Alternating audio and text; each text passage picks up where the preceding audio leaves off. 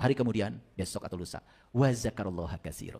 Dia ingat Allahnya, gak putus-putus. Maaf ya, saya sedang ceramah begini, gak bisa saya putus ingatan saya pada dia. Gak bisa. Gak bisa. Gak bisa dilupakan. Nah itulah yang disebut dengan sholat doim. Ingat kepada Allahnya, sudah tidak dibatasi oleh waktu lagi. Kapanpun, dimanapun, selalu merasakan kehadirannya. Inna sholati wa nusuki wa mahyaya wa mamati lillahi rabbil alamin la syarikalah wa bidzalika umirtu wa ana awalul muslimin. Begitu beliau sudah bebas dari syirik, baru beliau mengatakan, inilah awal aku menjadi seorang muslim. Jadi menurut Al-Quran, untuk menjadi seorang muslim harus bebas dulu dong dari syirik. Untuk bebas dari syirik harus tahu dan kenal kepada dia. Untuk tahu dan kenal kepada dia, Nabi Muhammad ngasih jalan. Siapa yang kenal dirinya, maka dia akan kenal pada Tuhannya. Jelas? Oke. Mari kita kembali kepada ayat ini. In kuntum tuhibbunallah fattabi'uni. Jika kamu ingin mencintai Allah, ikuti aku. Jadi kalau ingin mencintai Allah, ikuti Nabi Muhammad. Bagaimana cara beliau mencintai Allah? Ada kata-kata bagus di Nusantara. Ini dari Jawa Tengah, dari Jawa Timur. Para sahabat yang dari sana pasti sudah mengerti kata-kata ini. Witing tresno, jalaran, soko kulino. Timbulnya tresno, cinta, tidak mungkin kalau tidak pernah bertemu. Bahkan untuk timbulnya cinta, bertemunya harus sering. Hebat ya, leluhur kita udah ngajarin itu. Tapi kita gak mudeng, gak ngerti-ngerti. Padahal itu kan bahasa nyata. Gak mungkin kita bisa mencintai kalau tidak bertemu. Kalau tidak bertemunya berulang-ulang. Berarti menemui dia itu harusnya mudah. Karena kalau sulit, tidak mungkin bisa diulang. Ini udah pada nikah. Dulu timbulnya tresno itu sekali ketemu langsung jatuh cinta begitu. Yang sekali ketemu langsung cinta, itu pangeretan. Betul nggak? Iya. Begitu lihat dandanannya keren, pakai kacamata hitam. Padahal pakai kacamata hitam itu karena belekan.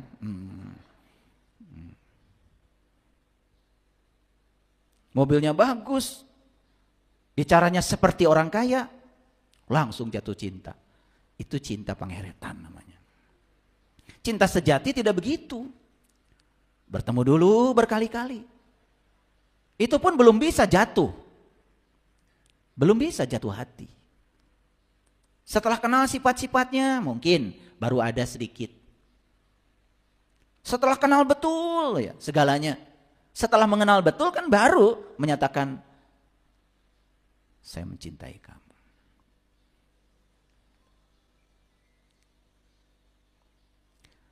In kuntum tuhibunallah fattabi'uni yuhibbukumullah. Jadi kalau kamu ingin mencintai Allah, ikuti aku kata Nabi. Nah, apa yang harus diikuti dari Nabi? Jelas di Quran. Laqad kana lakum fi Rasulillah uswatun hasanah. Sesungguhnya bagi kalian semua pada diri seorang Rasul ada uswatun hasanah. Tentang apa? Ini yang jarang dibahas. Liman kana yarjullah, tentang cara mencapai Allah. Yarju, roja, mencapai. Dan siapa yang bisa mencapai Allah hari ini? Wal yaumal akhir. Di hari kemudian, besok atau lusa. Wa zakarullaha katsira. Dia ingat Allahnya, gak putus-putus. Maaf ya, saya sedang ceramah begini, gak bisa saya putus ingatan saya pada dia. Gak bisa. Gak bisa. Gak bisa dilupakan. Nah itulah yang disebut dengan sholat doim. Ingat kepada Allahnya, sudah tidak dibatasi oleh waktu lagi. Kapanpun, dimanapun, selalu merasakan kehadirannya. Kalau itu yang terjadi, bagaimana mungkin kita bisa berbohong? Bagaimana mungkin kita bisa menipu orang? Bagaimana mungkin kita bisa menyakiti orang? Bagaimana mungkin kita bisa merugikan orang? Bagaimana mungkin kita bisa membunuh orang? Begitu kita sudah sampai di situ, maka yang ada di sini cuman kehadiran cinta. Tidak mengalami kekosongan ruang dari cinta. Makanya orang yang sudah sampai di titik itu lembut, asihan, welasan, peduli pada sesama. Bahkan mencintai orang lain tidak pakai syarat. Tidak harus sama keyakinannya, tidak harus sama sukunya, tidak harus sama mancungnya. Kenapa kamu tidak bisa menyayangi dia? Habis dia pesek.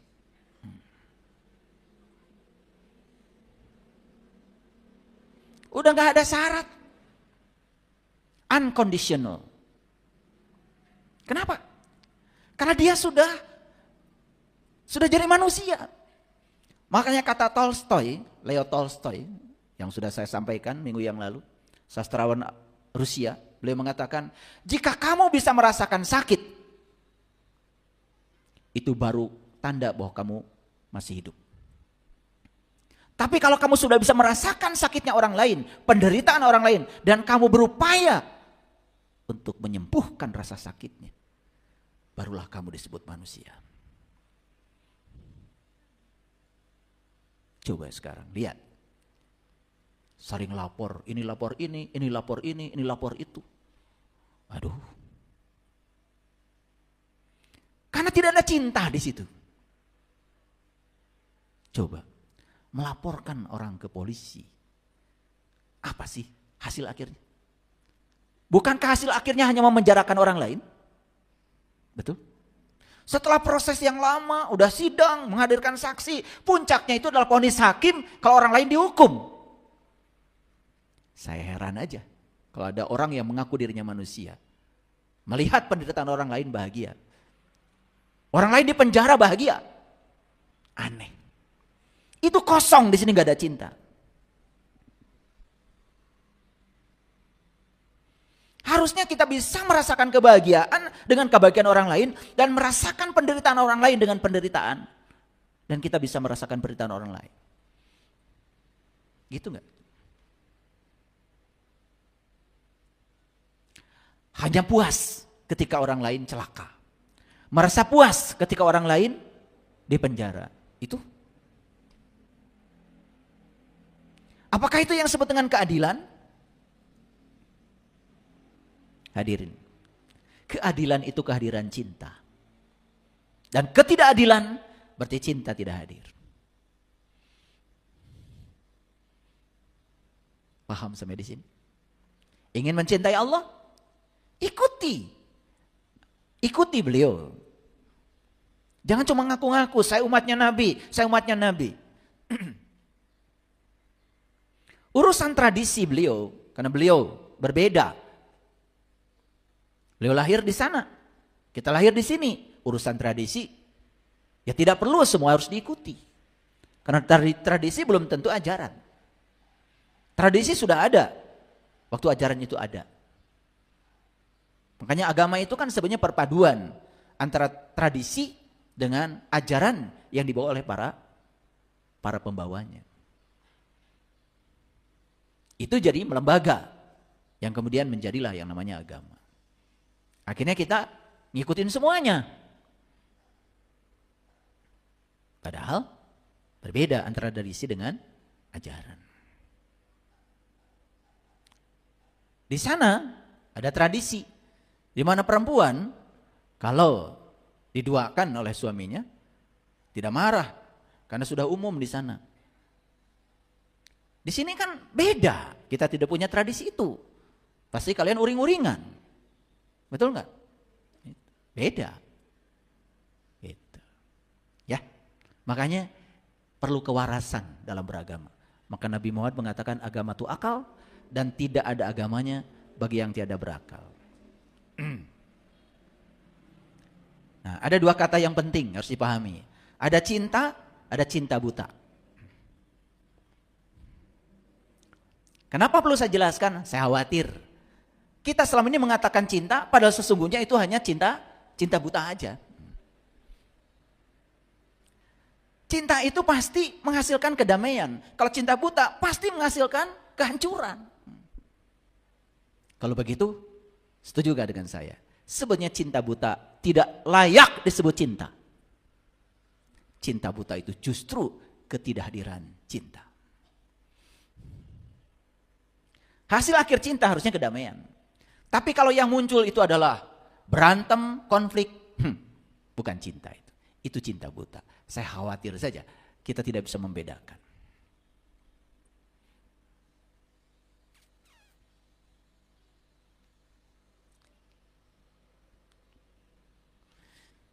Ketika guru Drona di perang Mahabharata itu, di perang Bharatayuda itu, dikasih tahu kalau Aswatthama meninggal, anak kesayangannya. Dan saat itu guru Drona dengan ilmu kesaktiannya membabi buta, menghancurkan Kuruksetra. Padahal dibodoh-bodohin oleh Pandawa. Memang ada yang meninggal, Aswatthama. Tapi Aswatthama yang dimaksud itu adalah gajah. Gajah namanya Aswatthama. Ada gajah yang terbunuh, namanya Aswatthama. Dikasih tahu sama guru Drona. Ini seorang guru loh. Makanya kata Basudewa Krishna, kamu itu bukan sebagai guru. Kamu tuh hanya seorang pengajar saja. Kenapa tidak ada cinta di situ? Karena ternyata semua ilmu yang dia miliki hanya untuk menimbulkan cinta buta pada anaknya. Begitu dikasih tahu, guru Drona yang meninggal itu bukan anakmu. Anakmu masih hidup. Yang meninggal itu adalah gajah, namanya Aswatthama. Apa yang terjadi? Guru Drona berubah jadi bahagia lagi. Coba. Itu kemelekatan. Dan kemelekatan itu bukan cinta. Itu adalah cinta buta. Nah, kenapa ini perlu dijelaskan? Nanti setelah ini kita akan tahu, oh ternyata yang selama ini saya lakukan bukan cinta yang sebenarnya, tetapi cinta buta. Dan cinta buta adalah justru ketiadaan cinta. Kenapa? Sebabnya karena kita tidak bisa mengenal jati diri kita. Selalu ujungnya ke situ. Selalu ujungnya ke situ. Makanya kenapa ilmu mengenal diri itu menjadi ilmu yang penting. Kita sadar kalau diri sejati kita adalah percikan cahaya ilahi. Sadar sesadar-sadarnya. Bisa merasakan, bisa menyadari bahwa diri kita yang sebenarnya itu adalah percikan cahaya ilahi. Tidak mungkin kita keluar dari sifat-sifatnya. Gak mungkin. Paham ya? Oke, lanjut dulu. Jadi cinta buta itu justru ketiadaan cinta. Tidak ada kekuatan positif dalam dirinya. Karena kekuatan positif itu pasti membangun. Semua yang menghancurkan itu adalah ketiadaan cinta. Pelan-pelan ya ngajinya supaya ngerti. Di mana ada cinta, maka di situ cinta buta akan sirna. Contoh, kita kasih contoh ya. Cinta buta. Kolusi, nepotisme itu salah satu contoh cinta buta. Ayahnya pejabat, anaknya supaya jadi pejabat, padahal tidak layak. Anaknya dipaksa untuk menjadi pejabat, padahal tidak layak. Itu bukan cinta. Cinta buta, itu mencelakakan anaknya sendiri. Saya mau nanya, yang kayak gitu banyak gak? Saya mau nanya lagi, apakah Bapak Ibu pernah menjadi di posisi itu? Jujur ya, jujur. Kadang-kadang untuk anak, apapun, walaupun tindakan kita menjauhi moral, dilakukannya. Anak yang jadi PNS, dikasih uang untuk nyogok. Itu cinta buta. Bukan dididik supaya anaknya berkarakter. Bukan dididik supaya anaknya punya ilmu. Biar dia tes sendiri. Anak saya mau sekolah di perguruan tinggi. Saya tanya, kamu mau sekolah di mana? Di kampus ayah. Boleh. Tes. Ayah tidak bisa menolong kamu. Sendiri. Kau belajar, kalau kamu diterima, itu hasilmu. Saya tidak berusaha untuk menemui panitia, menitipkan anak saya supaya diterima. Tidak.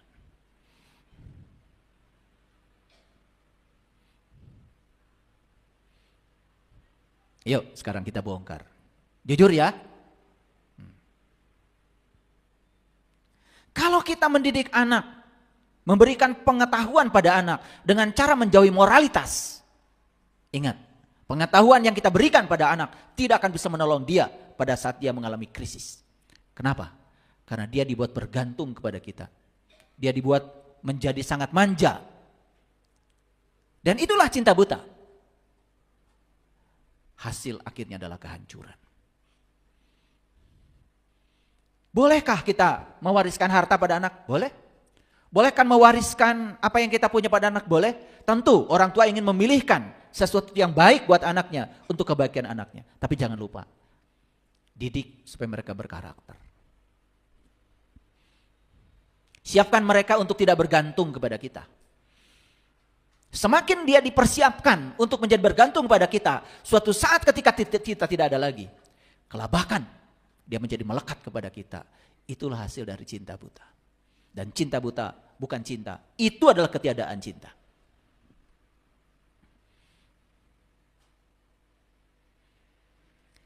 Kalau pasangan itu sangat transaksional. Saya akan menyayangi kamu kalau kamu seperti ini. Syaratnya banyak. Itu bukan cinta. Itu transaksi. Semua yang transaksi itu cinta buta.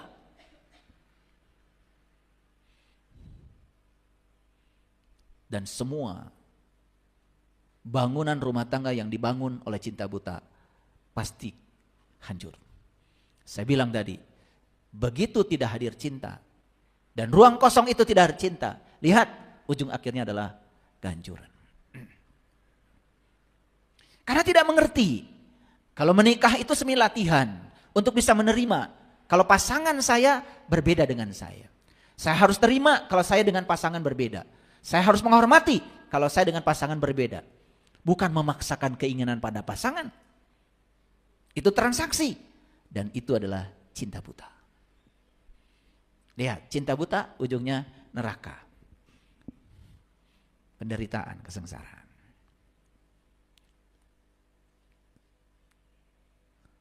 Orang tua punya jabatan tertentu. Kemudian anaknya ya diposisikan supaya dapat jabatan yang hebat. Bukan dididik dengan cara yang wajar, tapi justru dimanjakan dengan diberikan banyak fasilitas supaya dia cepat naik pangkat. Cinta buta. Dia mencelakakan anaknya sendiri. Itu karena ketiadaan cinta, itu karena ada ruang kosong dalam dirinya. Tidak hadir cinta di situ. Paham?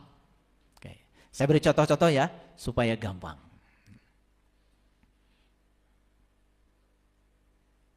Dan kita selama ini lebih banyak memberikan cinta buta daripada cinta yang sesungguhnya.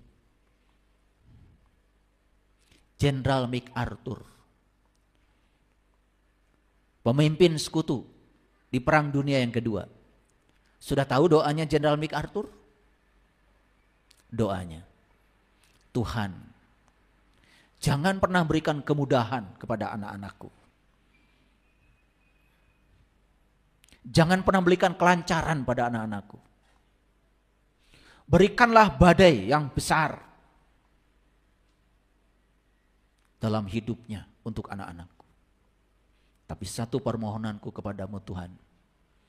Di saat badai itu datang, berilah dia kemampuan untuk menolong dirinya dan menolong orang-orang di sekitarnya.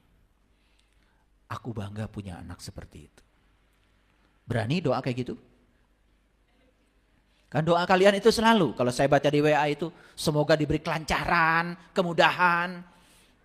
Tapi mau jadi manusia hebat.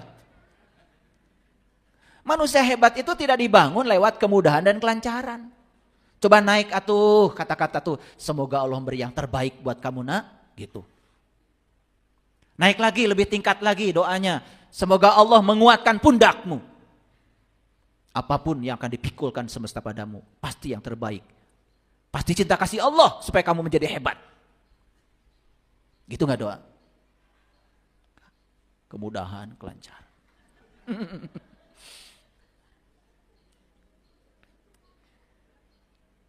Iya.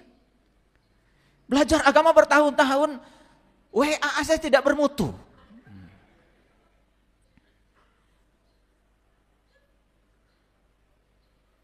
Apalagi orang sakit, semoga Allah mencabut segala penyakitnya. Kata Allah, kapan saya nanamnya? Betul nggak? Jadi kita itu berbahasa saja tidak beradab. Coba lihat leluhur kita dalam berbahasa. Preposisi kata depannya itu murwakanti kalau orang Sunda. Jung, init. Jik, init. Gek, diu. Am, dahar. Tarekel, naik. Pelenyun, udut.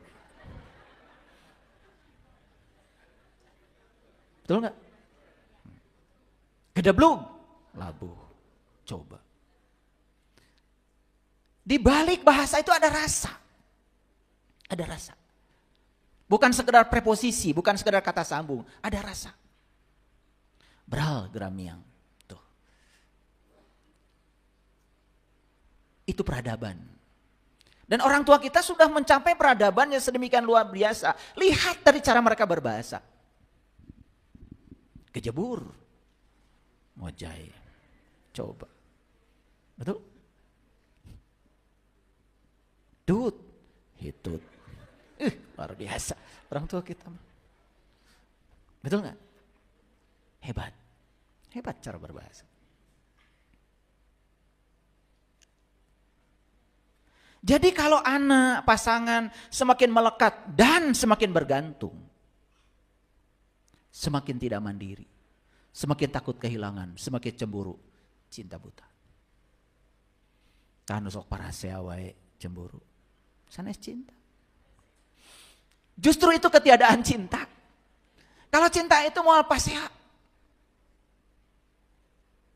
Saling memahami, saling menerima perbedaan. Justru disitulah mereka saling belajar, saling melengkapi. Paham? Ya, cenah kerasaan. Jadi cinta itu tanpa transaksi. Semua yang transaksional itu buta. Itu ketiadaan cinta. Itulah pentingnya. Kenapa kita harus mengenal jati diri. Saha atu anjeun teh. Saha atu pasangan anjeun teh. Apalagi kalau belajar tentang data. Apalagi belajar tentang kenapa saya dipertemukan dengan si ini. Ada apa dengan saya. Makanya kenapa?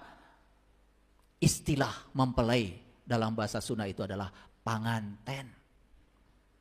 Pangantian. Ada yang dianti-anti, ada yang ditunggu-tunggu. Hebat orang tua kita. Disebut juga panganten. Apa yang ditunggu? Yang ditunggu itu adalah pelunasan karma. Pelunasan utang.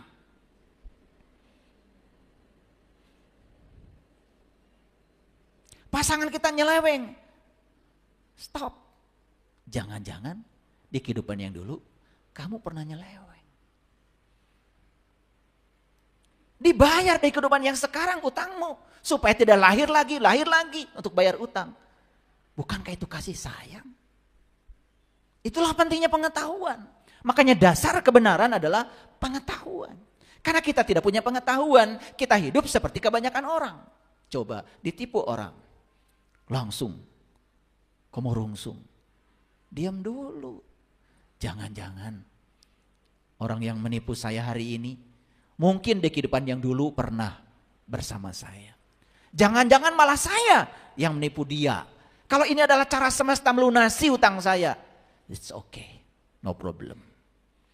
Ini cinta kasih semesta buat saya. Itu pentingnya pengetahuan. Karena tidak punya pengetahuan, hidup seperti kebanyakan orang. Ingin luar biasa, tapi caranya ingin cara biasa. Melanggar hukum alam. Tidak mungkin untuk menjadi luar biasa itu lewat cara biasa. Harus dengan cara yang luar biasa. Kartos? Ya sedikit-sedikit nih, sedikit-sedikit. Jangan terlalu dalam ya, jangan terlalu dalam. Pelan-pelan, pelan-pelan. Cinta itu membebaskan, sedangkan cinta buta mengikat. Saling mengikat, saling memenjara. Makanya kata Jalaluddin Rumi, cinta itu saling memberi sayap. Cinta buta saling memberi rantai. Rumi itu karena sudah mencapai kesadaran. Jadi nggak ada masalah. Karena semua masalah justru berasal dari cara kita merespon masalah. Respon kita terhadap masalah, itu masalah kita yang sebenarnya. Makanya ketika Arjuna dinasihati sama Krishna, kata Krishna, wahai Arjuna, kalau kamu berperang dan kamu bisa melepaskan dari keinginan dan hasrat untuk ingin menang, dan kamu berperang melepaskan hasrat, melepaskan ketakutan dari takut kalah, maka kamu akan bahagia. Lepaskan keinginanmu untuk menang. Dan lepaskan ketakutanmu untuk kalah. Tunaikan kewajibanmu. Tanpa terikat pada hasil, kamu akan bahagia.